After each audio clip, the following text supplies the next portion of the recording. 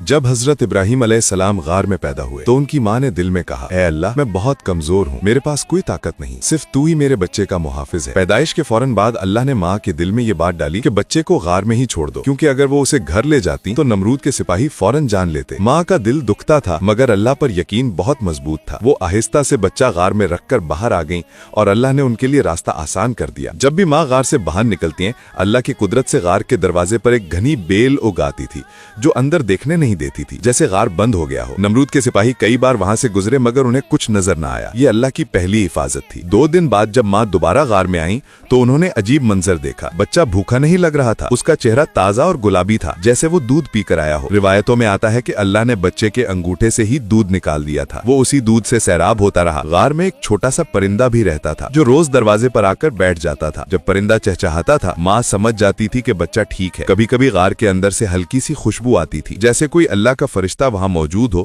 اور ماحول کو رحمت سے بھر دے۔ ہفتے گزرتے گئے۔ ماں کبھی 2 دن بعد، کبھی 3 دن بعد غار میں آتی تھی۔ ہر بار بچہ پہلے سے زیادہ مضبوط، زیادہ روشن اور زیادہ خوبصورت ہوتا، جیسے اللہ خود اس کی پرورش کر رہا ہو۔ ایک دن ماں غار میں داخل ہوئی تو دیکھا کہ بچہ پیٹ کے بل رینگ رہا ہے۔ اس کے چہرے پر ایک خاص چمک تھی جو عام بچوں میں نہیں ہوتی۔ وہ ماں کو دیکھ کر مسکرایا۔ ماں کا دل بھر آیا۔ وہ سجدے میں گر کر رونے لگی اور کہا، اے رب، تو نے میرا بچہ محفوظ رکھا، میں تیری شکر گزار ہوں۔ مہینے گزرتے گئے، نہ کوئی شیر آیا، نہ کوئی جانور، نہ کوئی سپاہی۔ اللہ نے غار کے ارد گرد سکون اور حفاظت کا حصار بنا دیا۔ پہاڑ کے اوپر تیز ہوا چلتی تھی مگر جب وہ غار کے پاس پہنچتی تو نرم، ٹھنڈی اور پرسکون ہو جاتی، جیسے غار کے اندر رحمت بھری ہوئی ہو۔ جب ابراہیم علیہ السلام کچھ بڑے ہوئے اور چلنے کے قابل ہوئے تو اللہ نے ماں کے دل میں ڈالا کہ اب وقت ہے بچے کو گھر لے جاؤ۔ ماں نے بچے کو اٹھایا، غار سے باہر قدم رکھا اور بیل خود ہی ہٹ گئی۔ وہ بیل جو کئی مہینے تک بچے کی حفاظت کے لیے کھڑی رہی تھی۔ یوں اللہ کی خاص حفاظت میں ابراہیم علیہ السلام بڑے ہوتے گئے اور ایک دن وہی بچہ اللہ کا نبی بنا، وہ نبی جس نے اپنے باپ، اپنی قوم